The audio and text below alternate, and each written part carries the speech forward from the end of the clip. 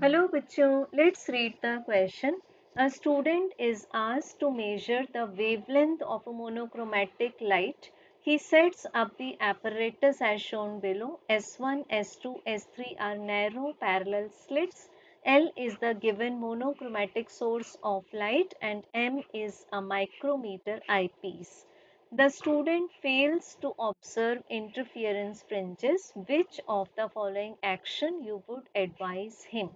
सो बच्चों यहाँ गिवन है हमें क्वेश्चन में एक डायग्राम जिसमें कि दिखाया गया है S1, S2 एंड S3 ये तीनों ही नैरो पैरेलल स्लिट्स हैं। अब बच्चों यहाँ पर हमें बताया हुआ है कि जो L है वो एक मोनोक्रोमैटिक सोर्स ऑफ लाइट है। अब मोनोक्रोमैटिक का मीनिंग क्या होगा कि इसमें से जितनी भी रेज निकलेंगी उनकी जो वेवलेंथ होगी वो सेम होगी, मीन सिंगल कलर एमिट कर रहा है ये सोर्स। अब M एक माइक्रोमीटर आईपीस है जिस पर हम ऑब्टेन कर सकते हैं इंटरफियरेंस पैटर्न। अब बच्चों इंटरफियरेंस पैटर्न किस फॉर्म में होना चाहिए हमारे पास में? ये होना चाहिए equi distant bright and dark bands के फॉर्म में, जिसमें कि हो जाता है redistribution of energy by the principle of superposition of waves, light waves. ठीक। अब जो यहाँ हमें पूछा है कि इतना करने के बाद भी स्टूडेंट को इंटरफियरेंस फ्रिंजेस का पैटर्न नहीं दिख रहा है माइक्रोमीटर आईपीस में, तो आप दिए हुए एक्शंस में से उनका कौन सा एक्शन एडवाइस करेंगे? तो इसके लिए हम सबसे पहले तो लेते हैं the fringe width between two successive bright और डार्क बैंड्स, जिसको हम लिखते हैं lambda D divided by small D.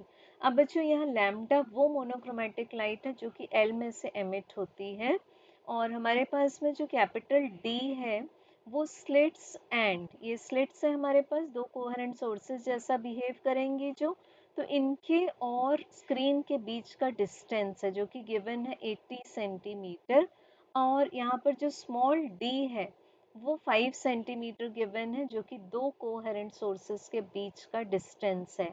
अब बच्चों यहाँ पर हमें एक्शंस पूछे हैं कि हम कौन सा एक्शन चूज करें चारों में से जिससे कि उसको वेल डिफाइंड इंटरफियरेंस पैटर्न मिलने लगे। तो इसमें फर्स्ट बोला है a increase the width of S1।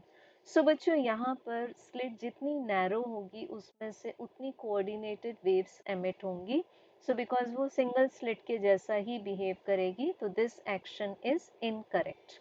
अब हमें बी एक्शन बोला है decrease the distance between S2 and S3। तो S2 एंड S3 के बीच का जो डिस्टेंस है वो बहुत ज़्यादा है फ्रिंज विड्थ के कंपैरिजन में। सो यहाँ पर क्या होगा, जब डिस्टेंस ज़्यादा होगा तो बीटा की जो वैल्यू है वो बहुत ज़्यादा स्मॉल हो जाएगी। इट मीन्स हम डिस्टिंग्विश ही नहीं कर पाएंगे ब्राइट एंड डार्क बैंड्स को।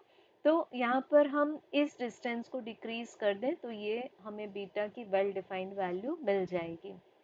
देन सी है replace all with white light, जो कि इनकरेक्ट है क्योंकि वाइट लाइट ऑब्टेन होने से उसमें सारे 7 कलर्स कंटेन होंगे, तो यहाँ पर हमें जो स्क्रीन में मिलेंगे वो इक्विडिस्टेंट डिफरेंट कलर्स नहीं मिलेंगे as well as defined bands नहीं मिलेंगे, तो सी ऑप्शन भी इनकरेक्ट है।